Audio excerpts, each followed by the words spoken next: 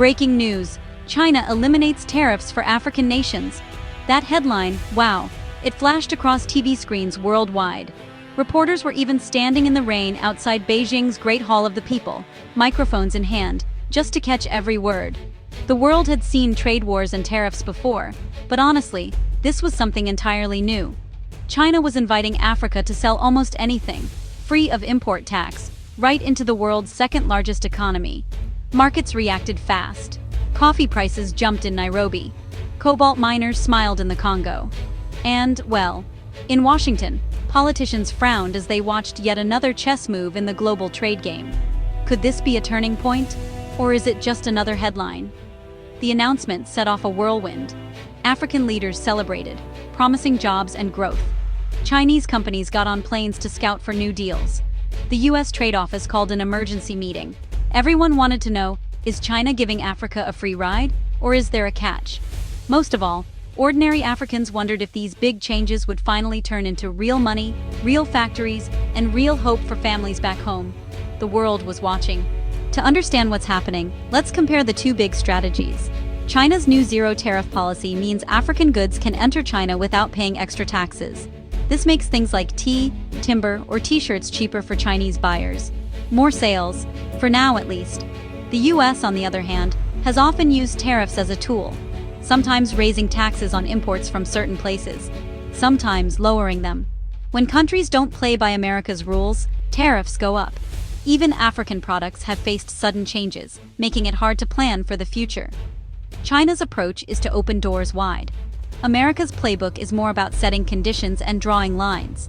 China says, "Come sell here, no strings attached." America says, "Sell here, but meet our standards. Or else, pay the price." These differences aren't just about numbers or rules. They shape which countries grow, what gets sold, and who gets left out. The battle is on for Africa's loyalty and its market. Africa is now a key arena in the global rivalry between China and the US. Both powers want Africa's resources, markets, and influence.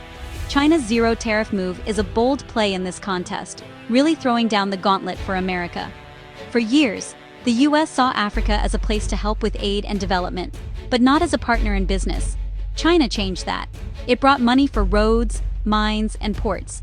And now, a giant open market for African goods. The US is suddenly playing catch-up. This rivalry isn't just about trade. It's about who gets to set the rules for the future. Will Africa build its economies with help from China? Or will it follow a Western model, tied to US standards and politics? African countries now have more choices. But with choices come tough questions. Who offers the best deal? Who will stick around when times get tough? The world is watching as Africa makes its moves. Not everyone agrees on what China's zero-tariff policy really means. In Nairobi, economist Dr. Amina Odinga says, "This is a new chapter. Our farmers can finally reach more customers." She sees opportunity, especially for small businesses. In Washington, trade expert Mike Reynolds warns, China isn't giving away free lunches. They want influence and control. He points to past deals where African countries took on heavy debts to Chinese banks. Meanwhile, in Beijing, Professor Wang Li says, this is win-win. Africa grows, China gets reliable goods. The West should stop complaining. He argues that China's way is more friendly and less bossy than America's. The truth is likely somewhere in the middle. Some African businesses will do well, some may struggle. The big question: will ordinary people see the benefits, or will it all go to big companies and politicians? China isn't just buying goods from Africa, it's building things, big things. New railways cut across Kenya and Ethiopia. Giant ports rise in Tanzania and Djibouti. There are new roads, mines, and power plants, many with Chinese money and workers. These projects make it easier for African goods to get to China, fast and cheap. Farmers who once carried coffee beans by donkey now load them onto trains. Miners send copper to new ports that can handle giant ships. But not everyone is happy. Some say Chinese companies bring their own workers, leaving too few jobs for locals. Others worry about debt. Will Africa owe too much to China in the end? Still, it's hard to deny the change. Trade is growing. More goods move faster. And African cities are starting to look more like Shanghai every year. So, what is Africa selling to China? The list is long. Raw materials like copper from Zambia, Oil from Angola and timber from Gabon are big sellers. But there's more. Avocados from Kenya, cocoa from Ghana, even fashion from Nigeria. Some countries are moving up the value chain. Instead of just shipping raw coffee beans, Rwanda now roasts and packages coffee for Chinese supermarkets. Ethiopia is exporting leather shoes, not just cowhides. But not everyone wins. Smaller countries without big ports or good roads struggle to join the party. Some worry that only a few rich people or big companies will get most of the money. Still, the dream is alive.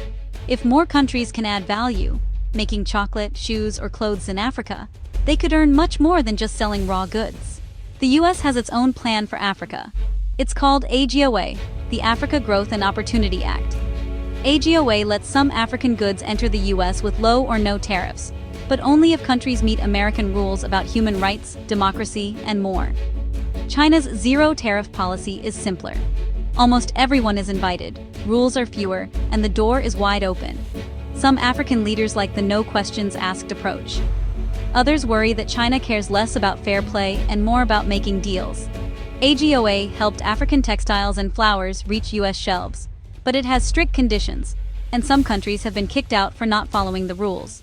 China's policy could be more stable, but maybe riskier. Which road is better for Africa? It depends on who you ask.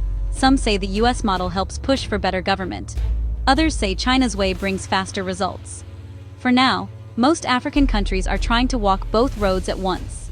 It's not all smooth sailing. Getting goods from African farms and mines to Chinese stores is still hard. Roads break down, ports get crowded. Shipping is expensive. Some countries, far from the coast, struggle to send anything at all. There's also big competition. Latin America sells coffee, oil, and fruit too. Turkey and the UAE are snapping up African goods for their own factories. Prices can swing wildly. If China buys less, African exporters suffer. Another worry.